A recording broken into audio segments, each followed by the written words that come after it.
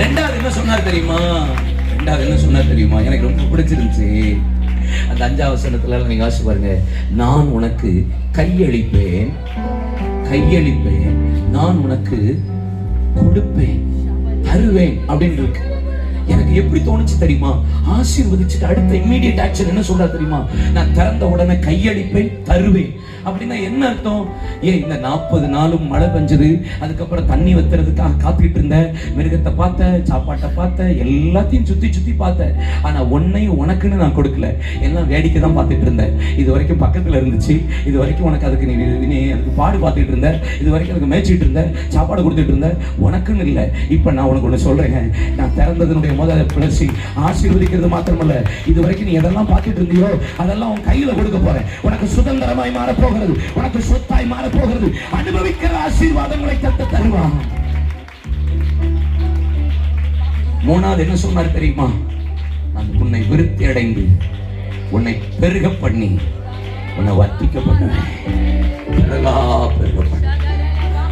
35 சொல்லுகிறது, உங்கள் பிதாக்கள் சுதந்திரித்த தேசத்தை நீ சுதந்திரித்த தேசத்தில் தேவன் உங்களை கொண்டு போய் சேர்க்கிற தேசத்தில் உங்களுக்கு நன்மை செய்யும், நன்மை செய்த தேசத்தில் உங்களை பிதாக்களை விட பெருகவும் பண்ணுவான்.